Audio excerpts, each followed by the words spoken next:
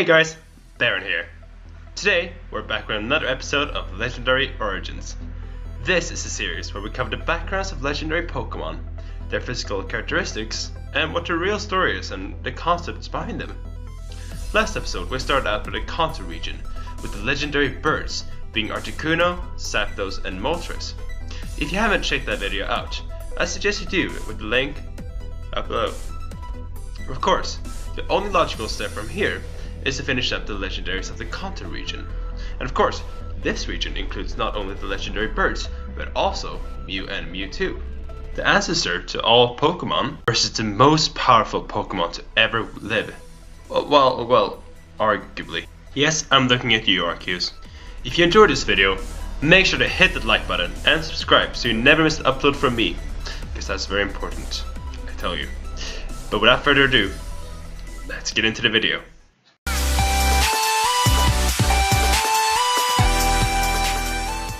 Now, Mewtwo to Mew is kind of like the Windows 10 to the Windows 9 or the Windows 8, or the PS4 to the PS3. It is essentially a updated version, a better version if you will. Now, I'm not saying I like Mewtwo better than Mew, I'm just saying it is more powerful than Mew, just to clarify. It only makes sense to start with the original, doesn't it?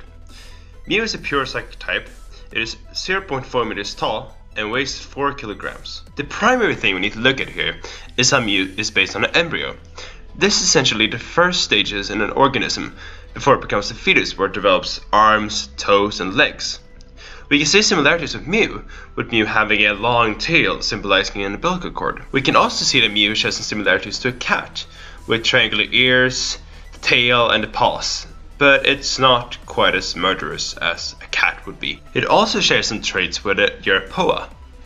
This is a small rat-like animal that exists in northern Africa and Asia, in primarily hot deserts. They in turn share some characteristics with Womprat from Tatooine in Star Wars, but they're way cuter than Womprats. And Womprats are kind of a mutated version of them, so let's not make mutated Europoas, everyone, please. Of course, Mew is the ancestor of all Pokemon, and with its embryonic appearance, it can be parallel to the recapitulation theory.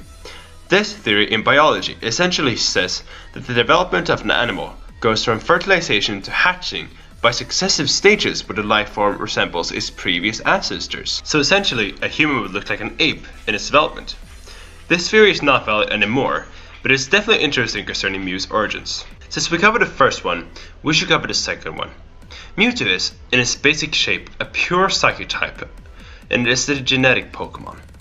Although being an enhanced version of Mew, it is much taller and heavier, weighing in at 122 kilograms and being 2 meters tall. Quite a brute, in other words. Rather like Mew, Mewtwo is also based on a cat, but its body is much bigger and different due to being a clone, essentially a man-made version of Mew.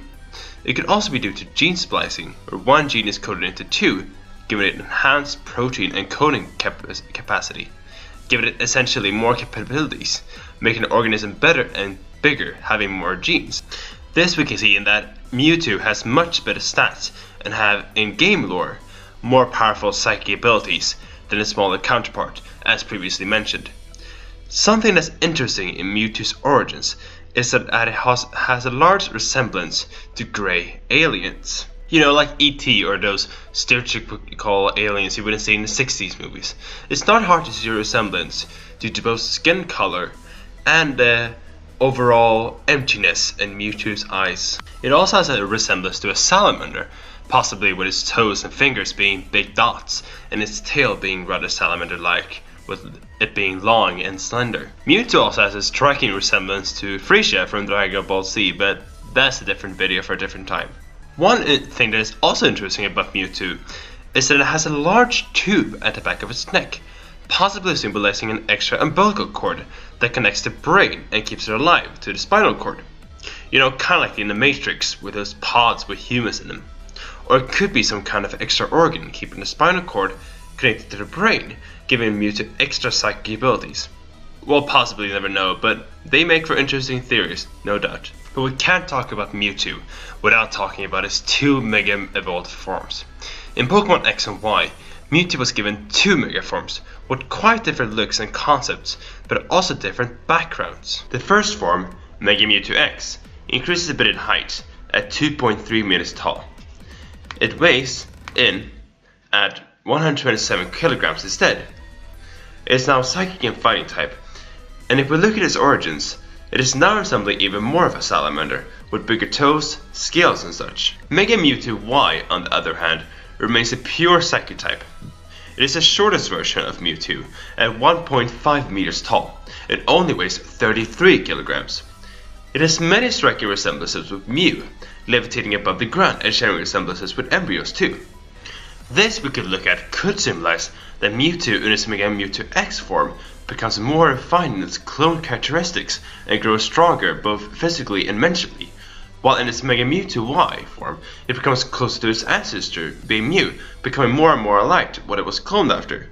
Certainly makes for an interesting origin, don't you think? It should also be added as a final footnote that the names Mew and Mewtwo possibly come from Mew being the sound a cat makes, and Mew plus 2 obviously making Mewtwo. But the name Mewtwo can also be a reference to the word mutant. Mewtwo, mutant, see the similarities here? That's an interesting footnote I thought I should add to it. So guys, that is it from me this time around. I really hope you enjoyed it as much as I loved making it. So now that we're done with the content region, the next station is Johto, starting from the top of the Pokédex with the legendary beasts. So stick around for that video, it will be a very interesting one, I can assure you. Until then, if you can't get enough of Mew, go check out my Pokemon Theory, where Mew is from the world. It will be in the link up above. Or if you're in the mood for something lovely, go check out my special Valentine's Day video on if Luvdisc is an endangered species of Pokemon. That will also be up above. And of course, don't forget to subscribe and hit the like button, because that really goes a long way to support me and help the channel out. But with that being said, thank you for checking out the video. I will get the hashtag out of here. Have a great day guys, and of course, stay awesome.